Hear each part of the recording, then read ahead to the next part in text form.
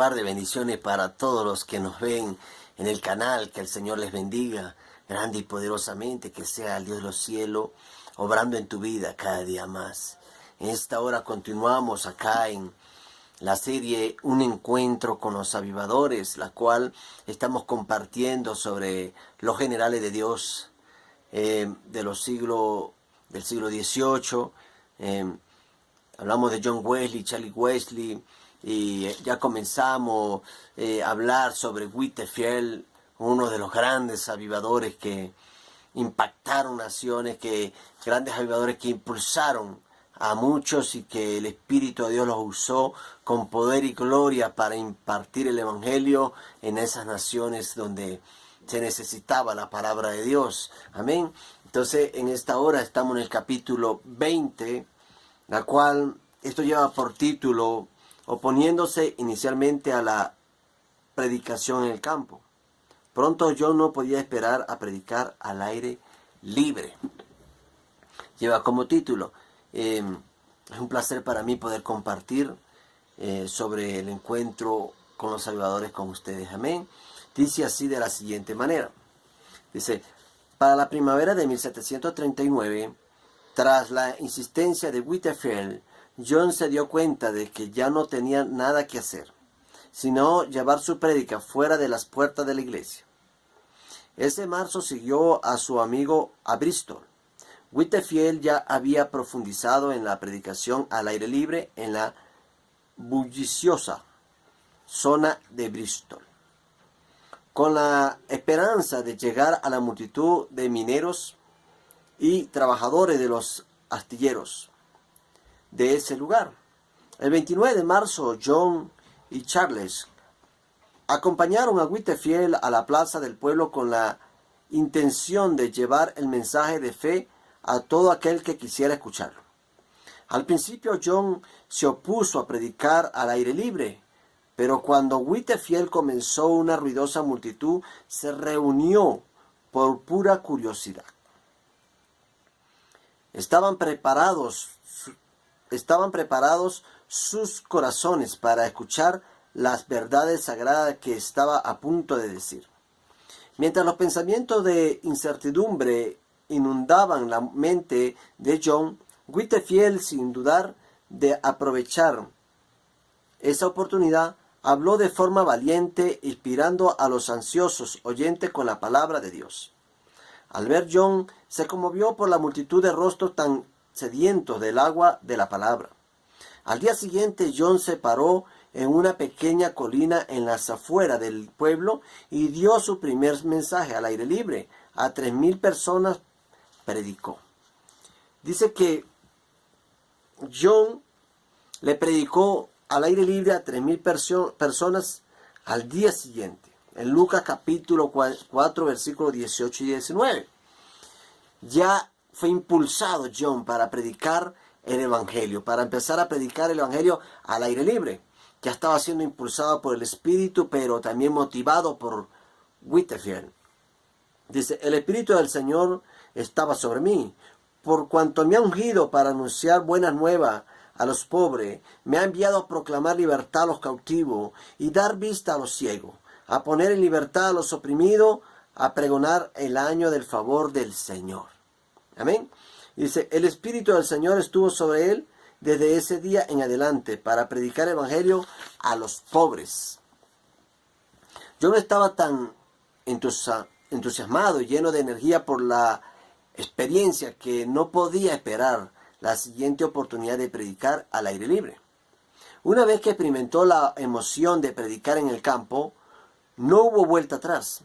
Había encontrado a una audiencia dispuesta y aunque no siempre era receptiva, John sabía que él tenía que compartir lo que las personas más necesitaban. Expresó el biógrafo Basil Miller. Acá había una multitud de personas a quienes su mensaje les llegaba como una luz deslumbrante del cielo.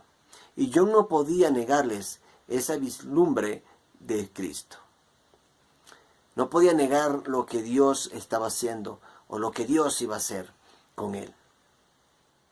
Dice, Desde ese día en adelante hasta prácticamente el día de su muerte, John predicó a todo aquel que quisiera escucharlo, no solo todos los días, sino 3 o 4 veces al día. De tal manera que John Wesley predicaba 3 y 4 veces al día. No se detenía al predicar. Y nosotros pasamos a veces las semanas y no predicamos. Es necesario entender que si necesitamos avivamiento en nuestras vidas, debemos buscar, debemos provocar el avivamiento sobre nuestras vidas. Es por eso que es necesario sacrificarnos para el Señor y obedecerlo. Porque este hombre predicaba 3 veces, 4 veces al día hasta el día de su muerte. Dice, predicó en todo lugar en que podía. En graneros, campos y plazas de pueblos. A medida que el Espíritu Santo se movía entre la multitud, las personas clamaban, gritaban de gozo y caían bajo el poder de Dios.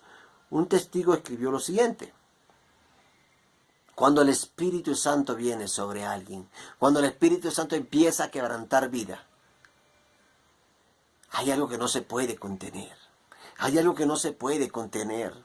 La gente llora, la gente grita, la gente hace cosas diferentes porque es el Espíritu Santo que los motiva y los mueve. Dice, los blasfemos clamaban misericordia. Los pecadores caían al suelo con profunda convicción. Y aún los transeúntes eran afectados. Un médico estudió el caso de una mujer que él conocía desde hacía años. Y cuando vio que le transpiraba el rostro y que su cuerpo se sacudía, advirtió que no era solo un síntoma físico, sino la evidencia de las obras de Dios. Es importante los médicos porque los médicos certifican el poder de Dios. Porque este médico certificaba lo que Dios estaba haciendo en esta mujer. Dice, tales escenas eran frecuentes en Bristol, en los salones de las sociedades y al aire libre por igual. Las personas clamaban con la convicción de pecado como si estuvieran a punto de morir. Se oraba por ella y se levantaban regocijándose en Dios, su Salvador. Uno de esos casos fue el de John Hayden, un tejedor conocido por toda la comunidad como un respetable hombre de iglesia. Al escuchar lo que pasaba en el ministerio de John, fue para verlo por sí mismo y se fue sin sentirse impresionado. Después de la reunión les dijo a sus amigos que todo era un engaño. A la noche siguiente se sentó a cenar y terminó leyendo un sermón que había tomado prestado, titulado Salvación por Fe. Después de leer la última línea, su rostro cambió de color y se cayó de la silla, gritando y golpeándose contra el piso. Se fue a llamar a los hermanos Wesley, que fueron tan rápido como pudieron. Cuando llegaron encontraron la casa llena de gente. Hayden estaba en el mismo estado inusual. De tal manera que estaba lleno de la presencia. El Espíritu Santo lo tenía quebrantado. Dice, la esposa de Hayden había tratado de mantener a todas las personas afuera, pero él clamó, no que entren, que todos vean el justo juicio de Dios. Cuando John entró, Hayden les anunció a los presentes, ay, este es aquel del que yo dije que era un engañador de personas. Es por eso que es fuerte meterse con un hijo de Dios. Es fuerte criticar la obra de Dios que siervos, ministros están haciendo. Es peligroso. Porque mira, este hombre criticó a John Wesley y le dijo que era un engañador.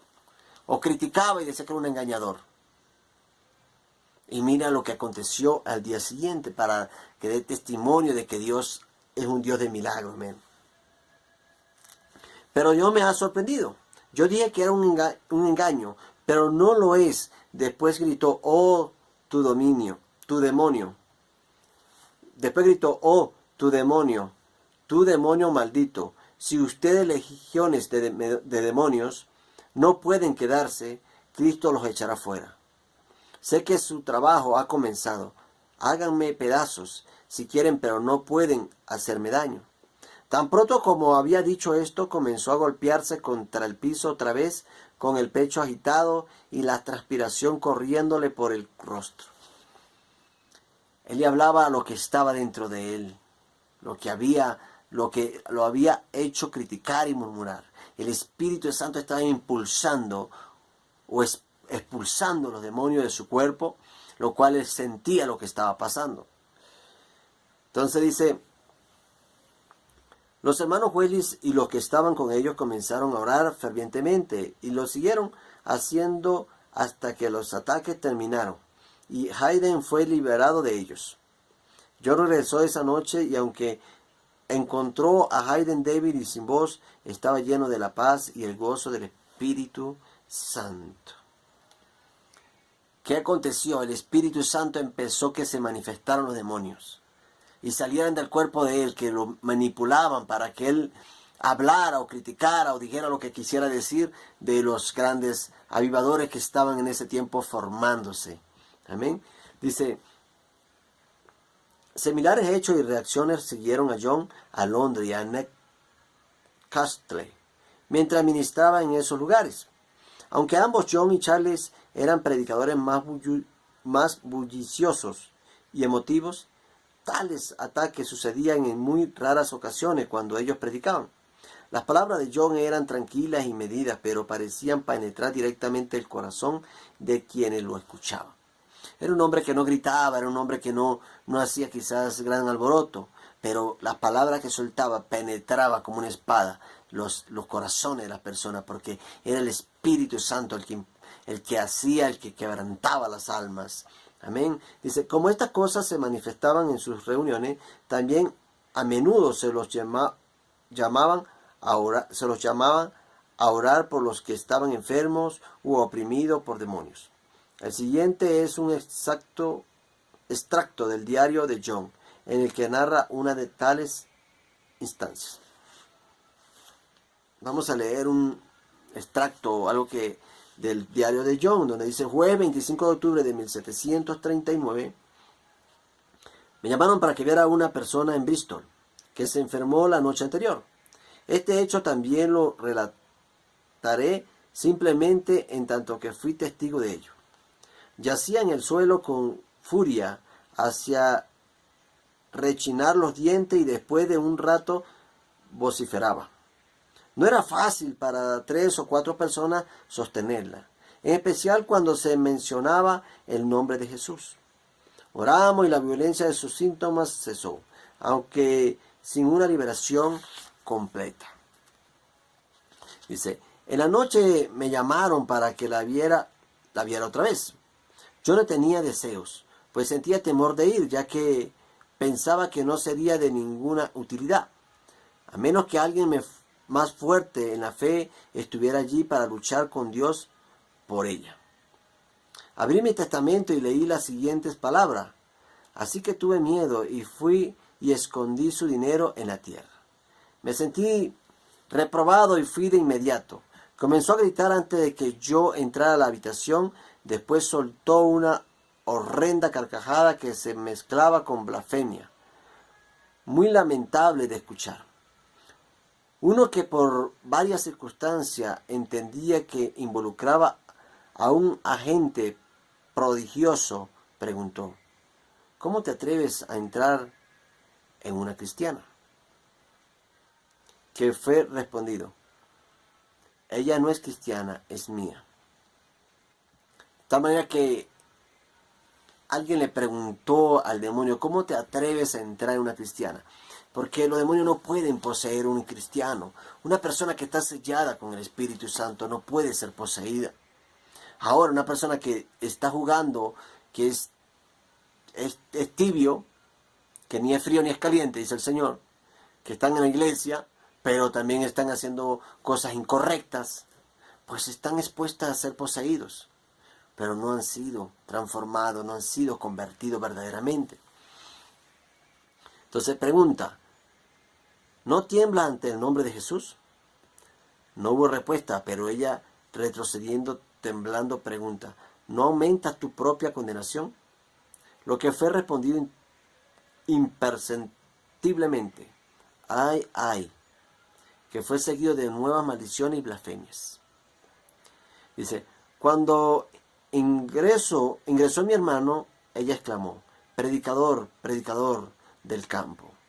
A mí no me gusta la predicación en el campo. Esto se repitió durante 2 horas, con escupitajos y todo tipo de expresiones de fuerte repugnancia. La dejamos a las 12, pero nos llamaron de nuevo al mediodía del día viernes 26. Y entonces era porque Dios había mostrado que había escuchado la oración. Sus tormentos habían cesado. En un momento estaba llena de paz y sabía que el hijo de maldad había partido de ella. Porque donde llega un hijo de Dios lleno de la autoridad de Dios, lleno de la presencia de Dios, los demonios tienen que huir. No pueden soportar la presencia de Dios. Dice, en otro momento John fue llamado a visitar a un hombre en su lecho de muerte. Miércoles 15 de diciembre de 1742. Prediqué en Horsley, 12.87 kilómetros calculados de Newcastle. Eran más o menos las 2 de la tarde. No había nadie en la casa y nos quedamos afuera, al aire libre a pesar de la escarcha. Prediqué nuevamente en la noche y otra vez a la mañana. Entonces decidimos volver a pie a casa, aunque cada uno de nosotros había contraído un fuerte resfrío por haber viajado el día anterior. El mío se fue pasando de a poco, pero el del señor Micri empeoró de forma tal que el viernes guardó cama. Lunes 20, pusimos la primera piedra de la casa. Muchas personas se reunieron de todas partes para verla, pero nadie se burló ni interrumpió mientras alabábamos a Dios y orábamos para que Él hiciera prosperar la obra de nuestras manos. 3 o 4 veces en la noche me vi forzado a interrumpir la predicación para que pudiéramos orar y dar gracias a Dios. Cuando regresé a mi hogar, me dijeron que el médico había dicho que no esperaba que el señor Meiry viviera hasta la mañana. Fui a verlo, pero ya no tenía pulso. Ya hacía un tiempo que no hablaba y que estaba inconsciente. Unos pocos de nosotros nos reunimos de inmediato en oración. Acá relato solo los hechos. Antes de que lo hiciéramos, recobró el habla y el sentido. Ahora aquel que desee considerar que esto es por causas naturales, tiene libertad para hacerlo. Pero yo elijo decir, este es el poder de Dios. Un hombre que no tenía pulso, un hombre que el médico ya había dicho que no viviría, que no amanecería el siguiente día vivo, que moriría. Pero cuando Dios toma el control, Dios levanta a los muertos, porque Dios es un Dios de milagros. Dice que este hombre volvió a tener pulso, volvió a hablar, volvió a tener sentido, de tal manera que fue el poder de Dios. Amén. Entonces el sábado 25 el médico me dijo que no podía hacer nada más. El señor Maikley no pasaría la noche. Subí y me encontré a todos llorando por él. Sus piernas estaban frías y según parecía ya había muerto.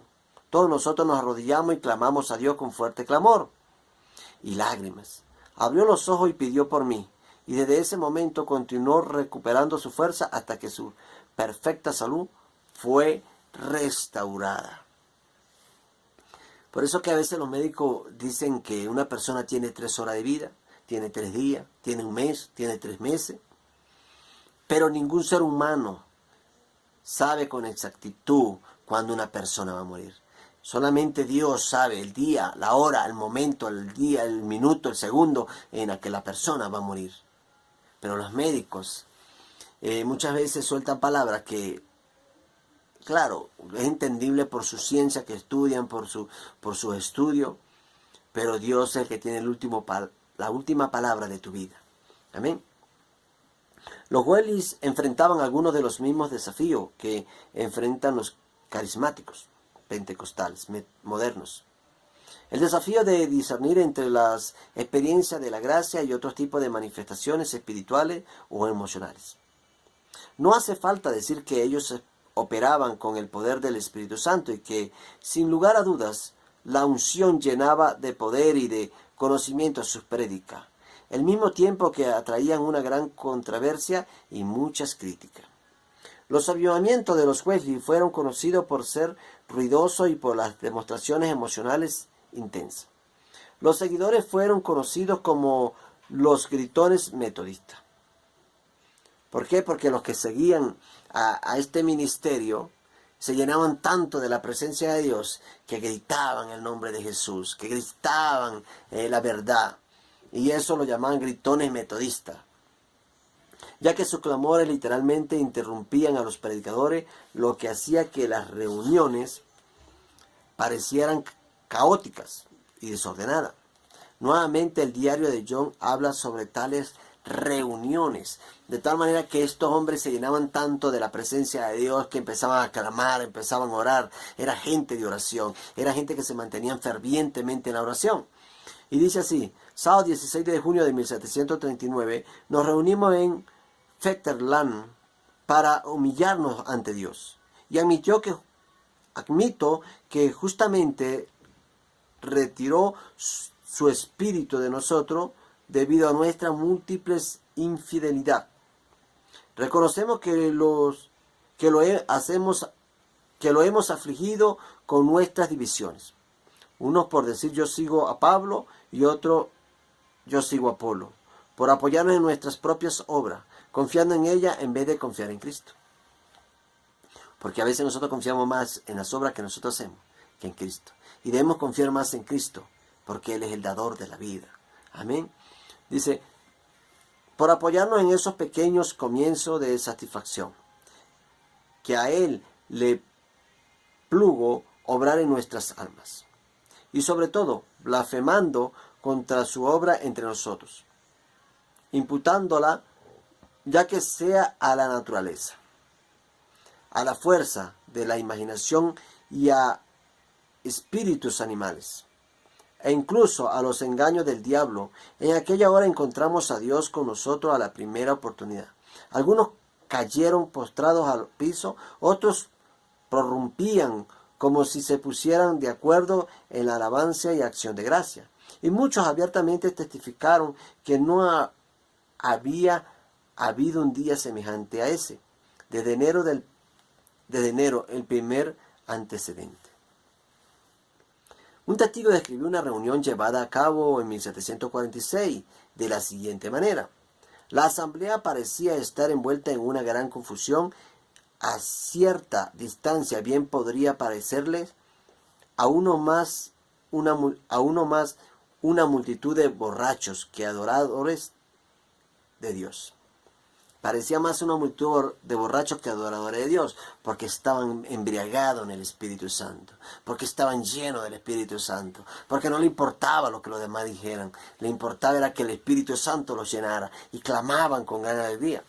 Dice, un convertido escribió: pensé que estaban locos, nunca había visto tantos semejantes. Pateaban, aplaudían y temblaban, y también clamaban y gemían. En su libro La Nueva Mística, John Cogder escribe que muchos consideraban los gritos una forma de guerra espiritual, un acto de adoración que echaba a Satanás del campo. A medida que los hermanos Wesley viajaban juntos, Charles comenzó a componer himnos basados en los sermones de John. Charles parecía animarse con un nuevo himno con tanta frecuencia como su hermano John se animaba con un nuevo sermón. Uno podría decir que John tenía el don de profecía, mientras que Charles tenía el don de salmista. John era el predicador y Charles se convirtió en el salmista, que componía los coros, que cantaba. Dice, John tenía el don de tocar a las personas con la presencia de Dios a través de sus sermones, y Charles a través de sus himnos. Escribió himnos y poesía de forma tan prolífica que menos de un año después publicó el primer volumen de sus canciones, a lo que siguieron muchos volúmenes más en los años posteriores. Como describió John una vez su relación con Charles: De alguna manera yo podría ser la cabeza y tú el corazón de la obra. ¿Por qué? Porque Charlie predicaba, y John predicaba y Charlie era el salmista. Por eso decía, yo la cabeza y tú el corazón de la obra. Los himnos y los sermones compuestos por los hermanos Wesley proveyeron el fundamento sobre el cual se construyeron la doctrina y las prácticas religiosas del metodismo. No pasó mucho tiempo antes de que utilizaran la página impresa para expandir el alcance de su ministerio. Estuvieron entre los primeros evangelistas en publicar sermones, himnos, lectura de devocionales e incluso una revista mensual. Estuvieron entre los primeros ellos en publicar todo lo que hacían para el Señor. Dice, la manera innovadora de la enseñanza bíblica y la adoración grupal fueron tan efectivas en hacer conocido a Cristo que cientos de convertidos se añadían todos los días. ¡Qué bendición! Es importante notar acá que aunque la iglesia de Inglaterra expulsó a los Wesleys de sus límites, ellos fueron expulsados por la iglesia de Inglaterra, de los límites. No querían verlos predicar allá, no querían que predicaran allá. Por eso ellos formaron su propio ministerio. Entonces, dice, John y Charlie nunca dejaron la iglesia anglicana. Para ellos el metodismo fue una mejora del anglicanismo, aunque las doctrinas de ambas a menudo discrepaban. Ellos pertenecían a la iglesia anglicana, una iglesia que es católica, anglicana, y ellos pertenecían a ellos, por eso ellos fueron expulsados por el movimiento que había, del avivamiento que había. Y por eso ellos fueron expulsados de Inglaterra, o de los lugares de cerca de Inglaterra donde ellos pudieran predicar, y por eso ellos crearon su propio ministerio. John, por ejemplo, nunca permitió que sus sociedades se reunieran los días domingos por temor de que las reuniones fueran a reemplazar la asistencia a los servicios anglicanos. No quería llevarle la competencia, por decirlo así, y nunca renunció a su ordenación como ministro anglicano. A pesar de que con el paso de los años, la relación de los Wesley con la iglesia de Inglaterra fue cada vez más tenue, y ellos no recibían dirección de nadie, excepto de Dios y de sus propios corazones. Los vínculos de los metodistas con la iglesia nunca se cortaron de forma oficial, tanto de parte de ellos mismos o de parte de la jerarquía de la iglesia anglicana, hasta después de la muerte de John y de Charles. ¿Qué quiere decir? Que la relación entre ellos nunca se cortó oficialmente, hasta que John y Charles murieron. Que ellos murieron porque ellos eran de la vieja escuela, por decirlo así. Venían de la iglesia anglicana, servían en la iglesia anglicana, eran ministros de la iglesia anglicana, pero Dios los llamó de una manera diferente. Y por eso crearon la iglesia metodista. Entonces, tu llamado se cumplirá sobre tu vida, porque lo que Dios tiene para ti se va a cumplir. Dios no va a detener, o Dios no va a echar para atrás el propósito que tiene sobre tu vida. John Wesley y Charlie Wesley fueron unos grandes avivadores, unas personas que eran llenas de la presencia de Dios, impartía y impactaban las almas, las vidas, y la gente caía llorando, la gente se postraba, era llena de la presencia del Espíritu Santo. Es necesario que entienda que cuando llega el Espíritu Santo en un lugar, cosas grandes ocurren. Amén. Bendiciones, Dios te bendiga.